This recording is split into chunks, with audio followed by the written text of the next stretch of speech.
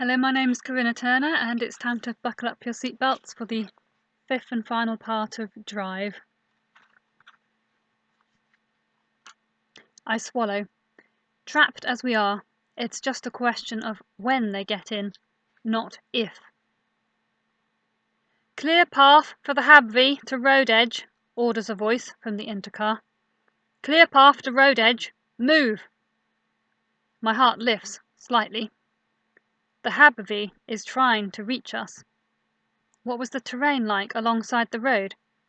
Far too rough for any car or even 4x4 to venture onto, I remember that much. But a HabVi is designed to trundle around off-road all the time, with massive wheels and huge tyres. They need to hurry up though. The Raptors are making quick lunges, grabbing the grills, yanking with all their strength, and darting away again before I can get them in my sights.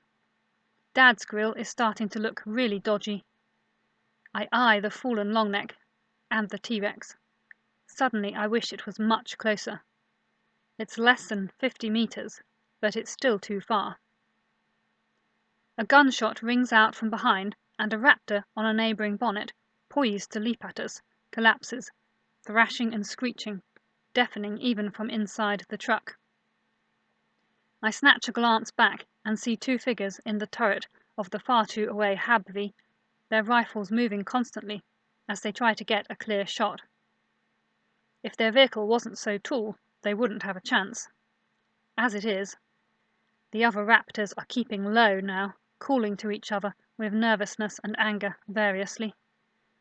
The injured one has struggled back to its feet, head hanging, body twisted to the side, but it just stands, panting, in a circle of bloody feathers. It won't be attacking us anymore, thank the Lord. Looking at where it's standing, if I had time, I could probably manage to give it a coup de grace, but I simply don't. Next window, turn, next window.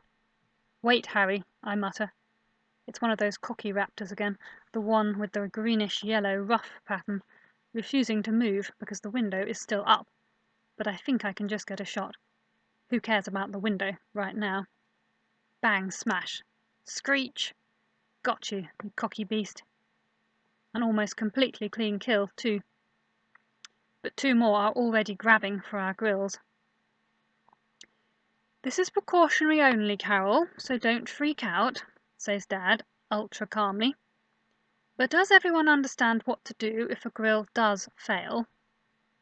Carol makes a moaning noise.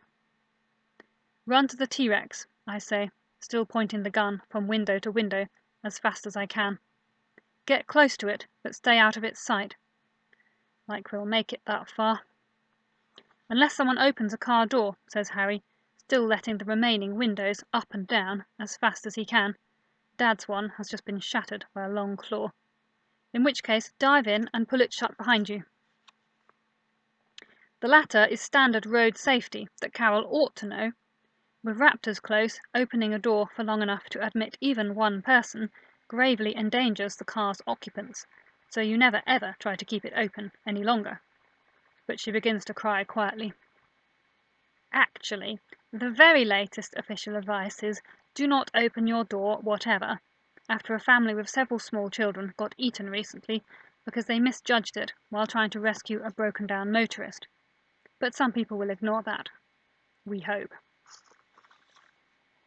We can't go near that thing, Carol sobs, staring at the T-Rex. Her priorities are definitely off. Right now, I'd like to be close enough to hug the T-Rex's leg. Dad begins to try and explain that the T-Rex would inadvertently defend us from the raptors, but I'm too busy fending off said raptors, and listening to the drama unfolding on the intercar. Blue 3-door hatchback, pull left 2 feet. You have room. Move. That's a T-Rex. We're not moving anywhere. Minimum speed limit is now 50, you... A crackle of static obscures the next word, perhaps fortunately. Move! No, I'm looking after my family. I don't see any raptors ripping your family's grills off. Move and we can get off the road. Leave us alone. Move or I'll put a bullet in your tire and we'll see how you like being raptor bait, you... More providential static. You're mad! You wouldn't dare! Another gunshot echoes both from the intercar and from further back along the road. A warning shot, no doubt. No, don't shoot! Don't shoot! We'll move! We'll move! My heart lifts slightly. Then our grill buckles some more. Dad hits the intercar. Situation critical. Can anyone give us space? Hey, shouts Harry, pointing ahead. I manage to snatch a look and see that a large car is easing slowly, nervously, through the gap in the crash barrier beside the long neck's neck. The T-Rex raises its head, green-red crest feathers flaring slightly, glances at it, and goes back to eating. A moving boulder. How boring. My next peep shows that the car has made it over into the oncoming carriageway, driving around the long neck's outflung head. There's no traffic coming now, so the road must have been closed further back by highway control. Another car is slipping through the gap, ignored by the Rex. And when I next look, yet another car is easing through. And suddenly there is a little space. Dad begins reversing backwards and forwards like a frenzied bull, weaving and aiming for the raptors, making them leap away, turning the tables slightly.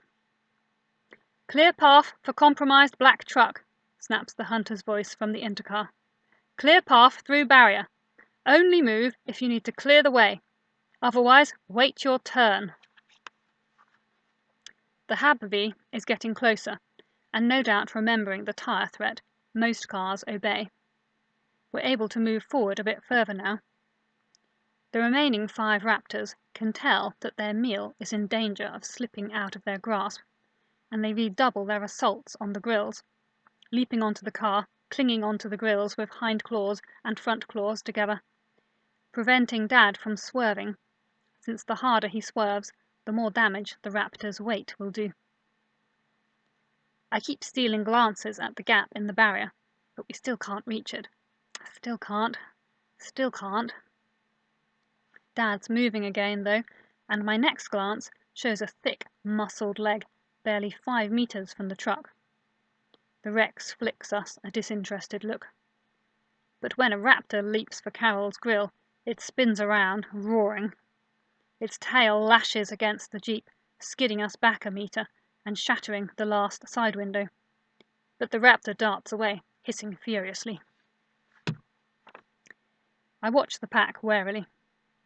Raptors are clever, all right, for dinosaurs, but once they've got the scent of human blood in their slit nostrils, they find it very hard to abandon an attack. Occasionally that can be useful, but mostly it's just a blinking dangerous nuisance. Sure enough, the 5 uninjured pack members are displaying clear regrouping behavior, gathering around their pack matriarch, a particularly large female with a deep blue-orange rough pattern. They know how close they are to cracking the nut that is our truck, and no doubt a couple will distract the T-Rex, while the others try to pull out the nut's tasty contents. Given a choice of boring old longneck or juicy human, the raptors will pick human any day. And they might still get it. A panic-stricken driver has snagged his van on the barrier while trying to pass through the gap as far from dear Rexy as possible, and he's making heavy weather of getting free. We can't escape until he's out of the way. The raptors move all together, one leaping atop the long neck, feathers flaring, the saw equivalent of thumbing its snout at the T-Rex, the other 4 going for our windows. One gun's enough, is it, Dad? Really? We have so had it. Dad's window grill buckles, the corner beginning to pull right away. Carol's is coming off as well. I fire at the raptor at Dad's window. It dodges and the bullet goes through the neighbouring window, but they're still all down on the floor. Carol's scream assaults my ears, even as I'm bringing the gun around. I fire, hitting the raptor in the tail as it darts away. No time to check on Carol. I turn again. The pack matriarch is busy ripping the grill back from Harry's window. He's dropped into the footwell, since we've lost all our movable glass now anyway, a tire iron held in futile readiness. I raise the gun, the matriarch flits to the side, then jerks and falls as a shot rings out. There! The HabVi is at the edge of the road, level with us at last. With typical raptor resilience, the matriarch is on her feet again, but she's had enough. Calling to the others, she staggers off in among the shelter of the cars. Thank you, Lord. I finally manage to stick my head into the front and get a look at Carol, who's shaking and sobbing in her seat. Her arm is bleeding, she's been clawed, but it's not too serious, and my heart soars in relief.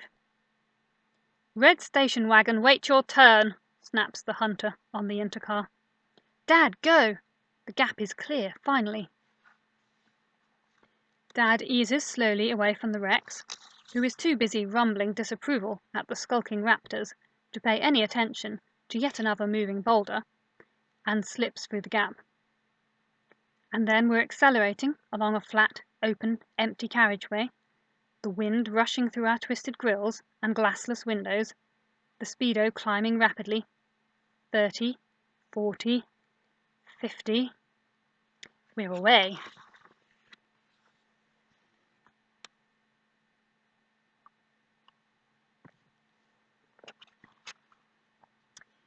Dad's slipped on the emergency driving goggles, and I've just managed to slap an instant dressing on Carol's arm when we find we have company.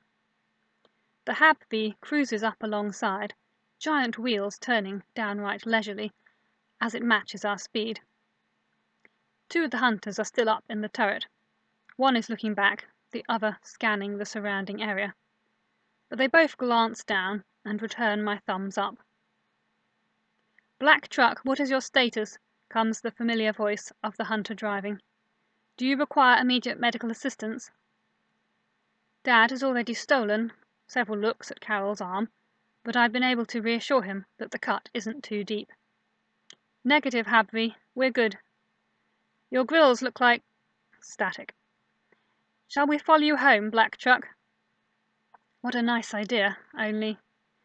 Dad bites his lips slightly, glancing in the rear mirror, where the huge shapes of the long neck and its conqueror are disappearing behind us, the hundreds of trapped cars and deadly pack of thwarted Dakota raptors invisible behind them.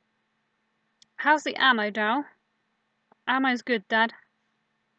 He presses the intercar button. Negative, HabVi. We are armed. Engine seems good. Stay here. As you wish, Black Truck. Good luck. Thank you, HabVi. You're welcome at the Franklin farm, 756432, any time for a cup of tea. Or something stronger. The HabVi is already falling back, but the voice comes once more. We might just take you up on that, Black Truck. So long. Good hunting, HabVi. I watch through the rear window, which still has glass in it, for a wonder, as the HabVi swings around and heads back towards the trouble spot, slowing to a crawl as it nears the T-Rex. What are you doing? Carol is stammering. They said they'd come with us. How could you send them away? Those raptors are still hungry, honey, and there's a lot of people stuck back there, most of them unarmed. The pack will just choose another car and start work on it. But now the HabVi can move up and down the side of the road, they can discourage them. Wow! I can't help exclaiming. What? Asked Dad quickly. Oh, nothing wrong. I think the HabVi just mounted the central barrier with one wheel, that's all. It's driving along, squashing it, flat as a pancake, letting all the cars onto this carriageway. That pack's pantry is going to be empty in a few minutes. Dad laughs. Those guys know what they're doing. I'd rather them than a highway patrol, if I'm honest. Highway patrol's vehicles are too small, agrees Harry. He hasn't bothered getting out of the footwell, not with the air rushing through the way it is. HabVi's weight and elevation makes all the difference. Highway patrol don't live in their vehicles, and while they're bigger than our truck, with great towing capabilities, they can't compare to the moving armoured fortress that is a HabVi. But our grills are hanging off, sobs Carol. They need to come with us. They need to. They've got to look after all those other people, honey. We've got a gun. We're not stopping till we get home. We're good. "How's your shoulder, Dad?" I ask, as quietly as I can. "It's good, Rel, don't sweat. We'll be home soon. Can you get Carol a blanket?" I duly swaddle Carol, who has nothing to protect her from the rush of air, and is clearly in shock anyway, in a large, deglassed blanket from the back seat. Then take it in turns with Harry to either stay warm in the footwell or sit on the glass-strewn seat and try to keep watch, squinting against the air. I make a mental note to make sure we get at least one more pair of driving goggles in here. "Nice excuse for some serious speeding, huh?" jokes Dad after a while. Dad's driving well over the speed limit, as fast as he can go without placing serious strain on the engine, but a compromised vehicle can go as fast as it likes. In fact, after a while, a highway patrol vehicle falls in behind us, following silently all the way to our outer fences, then equally silently fading away again. Guess the HabVi sent them after us, or perhaps highway control. "Well, they were talkative," says Dad, as we drive under the lowest of the simple 3 strands that keep our big saw stock from straying. He speaks lightly, but his voice is strained. He's clearly tired and hurting. Thank goodness we're almost back. "Look, honey, you can see our main fence ahead," he goes on. "It's a twin Renfield Ozone 4.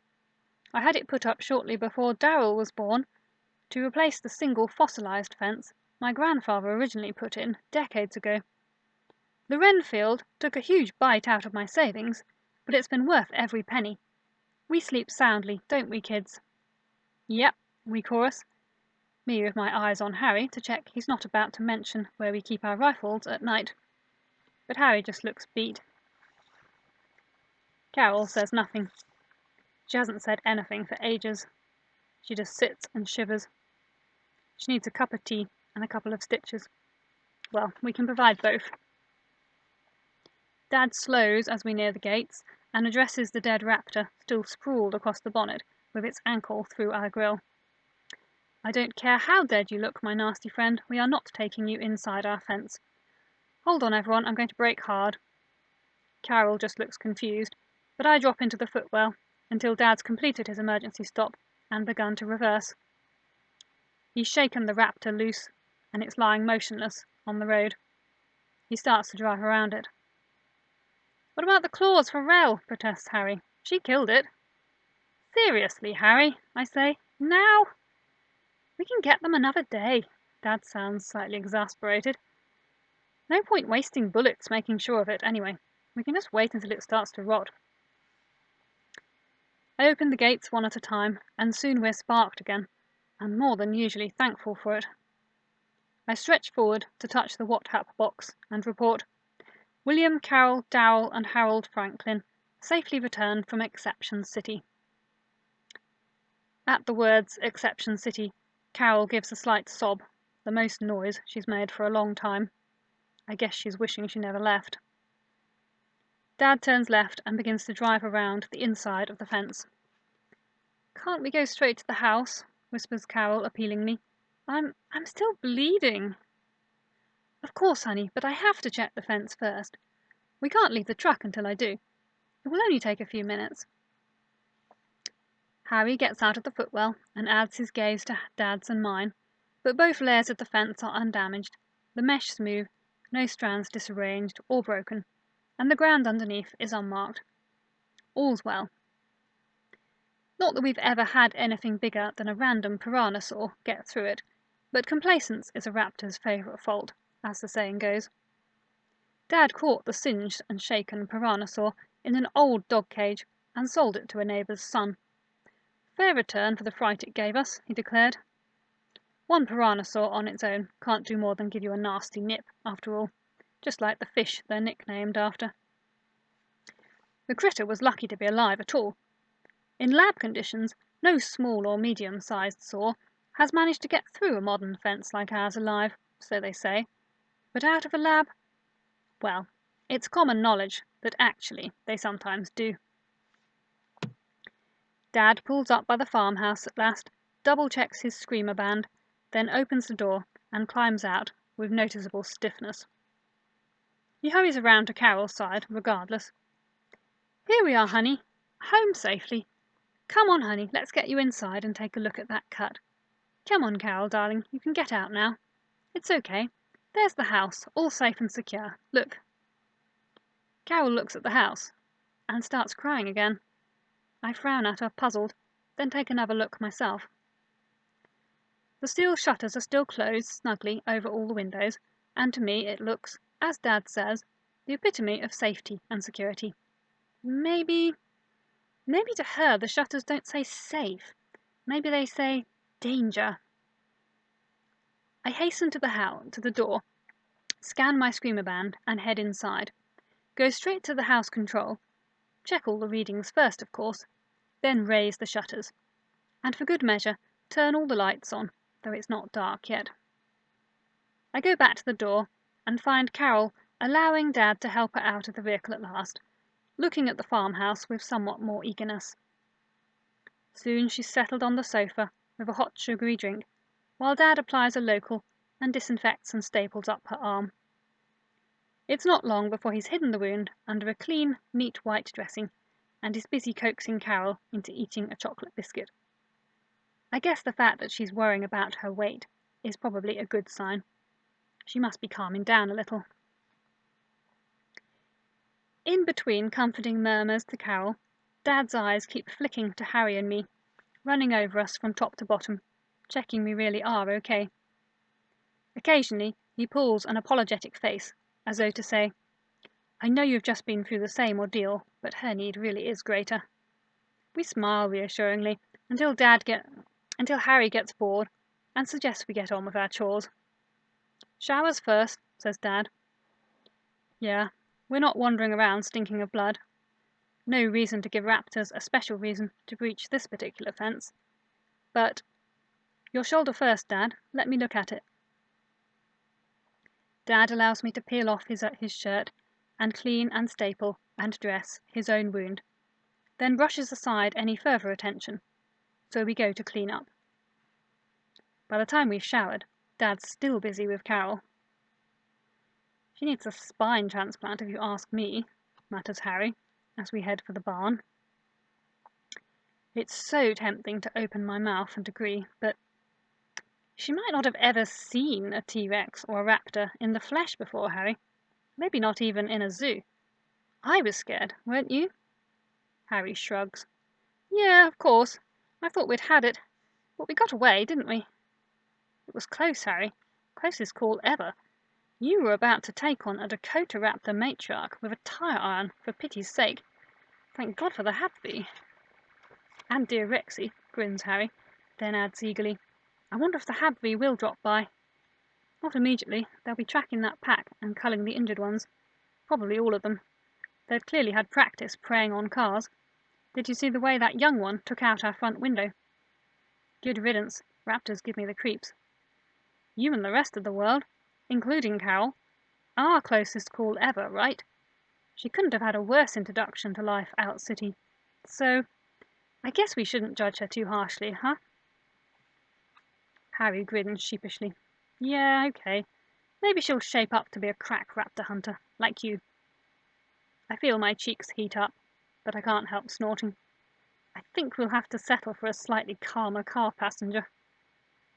We both laugh, but I can't help wondering, how is Carol going to cope with life out here, especially after such a traumatic start? Let's hope Dad can convince her that it was a 1-in-a-million combination of worst possible scenarios all happening together. As it was. We are so lucky to be alive, and very happy about it too. But right now, it's time to check on some cows. Later, when Harry is sitting on my window seat, talking 19 to the dozen about raptors and T-Rex and HabVis, and ignoring all my hints that I would like to get ready for bed now, Dad comes in. He must have finally got Carol settled off to sleep. In his bed. Okay, that's going to take some getting used to. He gathers one of us under each arm and hugs us tight. "Sorry, kids," he says at last. 3 guns really would have been better than 1. And Darryl and Harry's story continues in the second book, A Truly Raptor-ous Welcome, where you'll also meet Joshua, who's the third main character. He's very cool, he's a hunter. And there's also the prequel novel called Breach, which is a bit thicker. So thank you for listening, and I hope you've enjoyed it. And stay safe, and God bless.